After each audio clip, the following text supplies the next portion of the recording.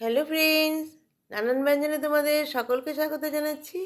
যারা দূরে আছো কাছে আছো, তো আমি দেখো এখানে আজকে কই মাছ এগুলো বাজার থেকে কেটে নিয়ে এসে, তো এখন এর মধ্যে ভালো করে ধুয়ে নেওয়া হয়েছে। এখন এর মধ্যে লবণ আর হলুদ মাখিয়ে নিচ্ছি ভালো করে। লবণ আর হলুদটা ভালো করে মাখিয়ে নিয়ে তারপরে এখন এর মধ্যে একটু সরষের তেল দিয়ে দেবো। সরষের তেলটা দিয়েও একটু মাখিয়ে নিব। তো বন্ধুরা, তোমরা যারা দূর থেকে দেখছো বা আমার কাছে আসোনি, তারা একটু প্লিজ একটু কমেন্টস করবে এবং সাবস্ক্রাইব করে পাশে আসবে। তাহলে আমি জানতে পারবো কমেন্টস করে তোমরা কোথা থেকে এলে, ভালো লাগবে। এখন দেখো আমি মাছগুলোকে একটু ভেজে নিচ্ছি।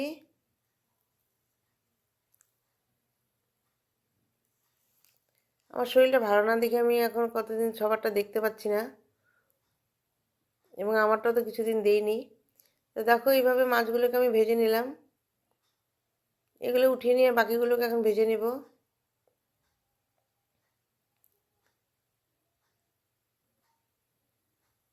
ভাজা হয়ে গেছে, এখন এই তিনটা ভাজা হয়ে গেলে হয়ে যাবে। সব মাছগুলো ভেজে নিয়ে নিয়ে এখন নামিয়ে নেব। আর এদিকে দেখো ফুলকপি আর আলুটাকে এটাকে একটু লবণ দিয়ে গরম জলে একটু হালকা ভাপ দিয়ে নেব। আর এদিকে কাঁচা লঙ্কা আর আদাটাকে পেস্ট করে নেব। আর এখন এটাকে নামিয়ে নিয়েছি, নিয়ে হলুদ আর লবণ মেখে এখন তেলের মধ্যে দিয়ে দিলাম। মাছ ভাজা তেলের মধ্যে একটু ভেজে নিচ্ছি। ফুলকপিগুলোকে আগে ভেজে নিয়ে লাল লাল করে একটু ভেজে নেব, তাহলে সেন্টটা না ভালো হয় ফুলকপিগুলোকে লাল লাল করে ভাজলে। তো ভেজে নিয়ে তারপরে এখানে আমি আলুগুলোকে ভেজে নেব। এখন এই তেলের মধ্যে এখন আলুগুলোকে ভেজে নিচ্ছি। এখন এইভাবে আলুগুলোকে লাল লাল করে ভাজবো।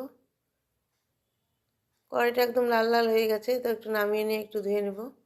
তো কড়াইটা ধুয়ে নিয়েছি, ধুয়ে নিয়ে এখন আর একটু তেল দিয়ে এখন এর মধ্যে জিরা সম্বরা দিয়ে নিলাম। জিরা দিয়ে নিয়ে এখন এর মধ্যে তেজপাতা, দুটো এলাচ আর দারচিনি দিয়ে দিলাম।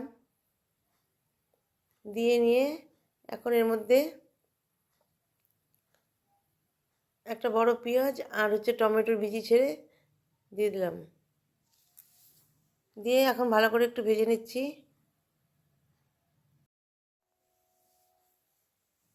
এইভাবে ভালো করে ভেজে নিচ্ছি। দেখো এখানে আমি টমেটোর বিচিগুলো একদম সব ফেলে দিয়েছি। দিয়ে এখন একটু ভালো করে ভেজে নিয়ে এখন এর মধ্যে আদা আর কাঁচা লঙ্কার পেস্টটা দিয়ে দিলাম। আদা কাঁচা লঙ্কার পেস্টটা দিয়ে এখন সব মশলার সাথে মিশিয়ে নিয়ে একবারে ভেজে নিচ্ছি। এটা একটু কষা কষা হয়ে গেলে এখন এর মধ্যে পেঁয়াজের পেস্টটা দিয়ে দেব। এখন পেঁয়াজের পেস্টটা দিয়ে দিচ্ছি। পেঁয়াজের পেস্টটা দিয়ে আবার ভালো করে মিশিয়ে নিব। মিশিয়ে এখন ভালো করে নিয়ে নিচ্ছি। আমি তার তেল দেবো না, কারণ ওই তেলে এইভাবে রান্না করব। এখন দেখো এর মধ্যে আমি লবণ আর হলুদ দিয়ে দিলাম। লবণ হলুদটা দিয়ে আবার ভালো করে মিশিয়ে নিচ্ছি। আমার না গলাটা একটু ভাঙা, তোমরা একটু মানিয়ে নিও, আমার খালি কাশি আসছে। এইভাবে মিশিয়ে নিয়ে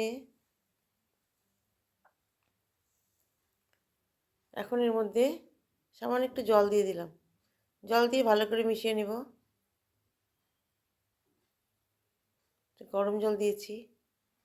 মিশিয়ে নিয়ে এখন এর মধ্যে ধনে গুঁড়ো, জিরে গুঁড়ো আর অল্প লঙ্কার গুঁড়ো দিয়ে দেবো। দেখো ধনে গুঁড়ো, জিরে গুঁড়ো আর লঙ্কার গুঁড়োটা দিয়ে দিলাম। দিয়ে ভালো করে আবার মিশিয়ে নেব। একদম এই মশলাগুলোকে ভালো করে এইভাবে জলের সাথে ভালো করে ভেজে নিয়ে এখন এর মধ্যে ফুলকপি আর আলুটা দিয়ে দিচ্ছি। ফুলকপি আর আলুটা দিয়ে দেখো কতটা তেল ধারের মধ্যে দিয়ে ভালো করে ভেজে এখন ভালো করে মিশিয়ে নিচ্ছি মশলার সাথে। এভাবে ভালো করে মশলার সাথে মিশিয়ে নিয়ে এখন এর মধ্যে দেখো আমি গরম জলটা দিয়ে দিলাম। গরম জলটা দিয়ে নিয়ে এখানে গরম জল আর একটু হলে ভালো হতো, তো আমার জলটা একটু কম হয়ে গেছে, আর একটু জল দিতে লাগছিল আর কি। তো দিয়ে এখন এর মধ্যে একটু ফুটে উঠলে এর মধ্যে এখন মাছগুলোকে দিয়ে দেবো। এখন মাছগুলোকে দিয়ে দিচ্ছি। তবে ঝোলটা তো একদমই পাতলা হয়েছে, তোমরা তো দেখতেই পাচ্ছ। কারণ তাজা মাছ না, যে কোনো তাজা মাছই একটু পাতলা হলে টেস্ট লাগে বেশি। তারপর এইভাবে এখন সব মাছগুলো দিয়ে দিচ্ছি। দিয়ে ভালো করে এখন মিশিয়ে নিব ঝোলের সাথে।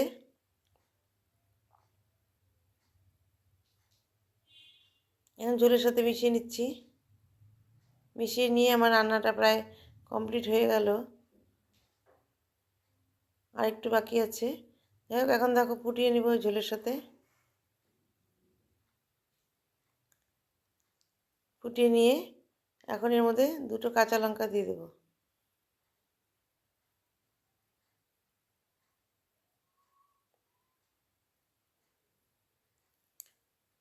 দেখো ঝোলটা এখন ফুটছে।